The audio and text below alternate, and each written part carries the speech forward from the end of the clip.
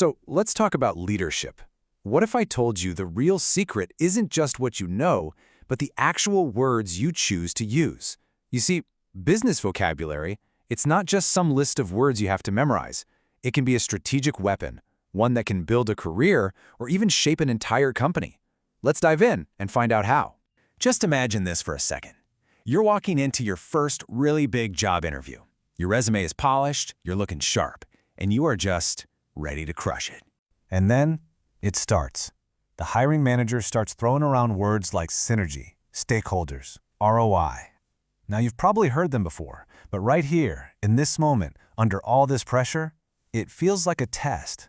The words are just flying at you, and you can feel that tiny bead of sweat starting to form. It's that sinking feeling, right? That feeling of being on the outside looking in, all because you don't speak the language. In that moment, that's when you realize just how personal and how important all this business vocabulary really is. Okay, so the obvious first step is, learn the language. Seems pretty straightforward. But the reasons why it matters, well, they go way, way deeper, right to the very core of what it means to be successful. I mean, for sure, knowing the right lingo helps you sound confident, helps you get your ideas heard. And it really doesn't matter if you're working at a local retail shop or a giant global tech company. It's kind of the baseline for getting ahead. But what if I told you that mastering this language can be just as much a trap as it is a tool? Yeah, this is where our story takes a little bit of a turn, because the language of business, it turns out, can be a real double-edged sword. You'd think the whole point of having a specialized vocabulary is to be precise, to be efficient. I mean, it's supposed to clarify complicated ideas so that everybody's on the same page, in theory. But what actually happens, a lot of the time, is that it creates a divide. You get an in-group, the people who speak the language fluently, and then you get an out-group, who just feel confused or maybe even a little alienated. So the very tool that's designed for clarity can actually become a barrier. Which brings us to a huge question.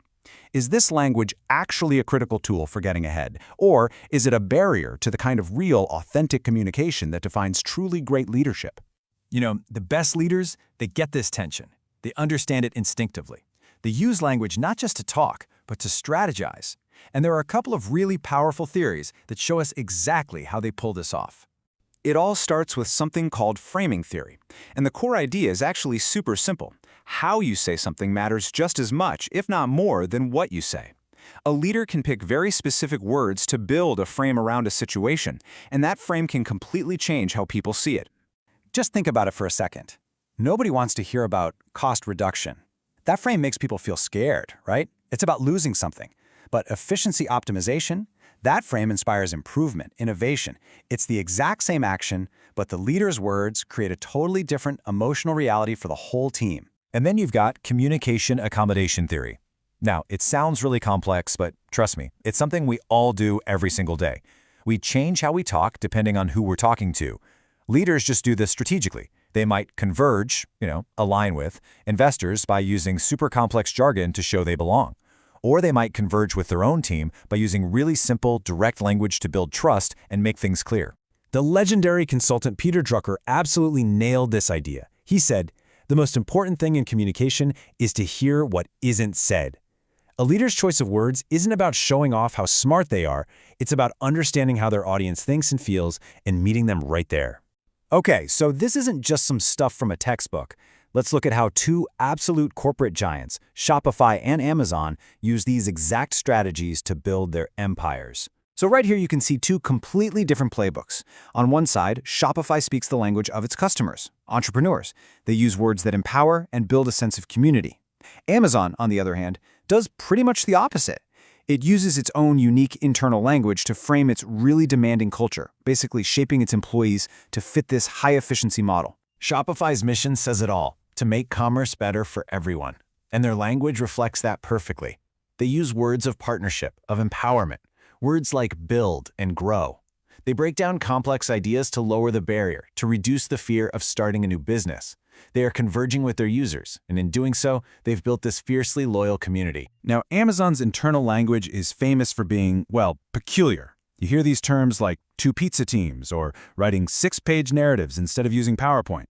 These aren't just funny quirks. They are strategic frames designed to force a culture of super rigorous, data-driven thinking and operational excellence across millions of employees all over the world. So, where does all of this leave us? Well, the world is changing, as it always does. And with it, the strategic value of communication is evolving yet again. And there is a huge shift coming. Generative AI is already getting incredibly good at corporate speak. Pretty soon, the ability to sound professional won't really be a special skill anymore. It'll be a commodity, something anyone can just generate in an instant.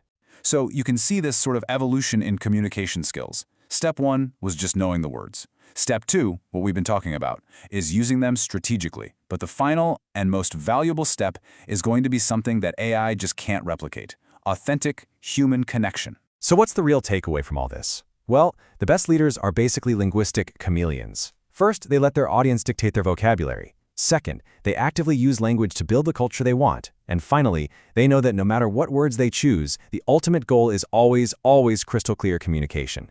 And that leaves us with one final question for you to think about.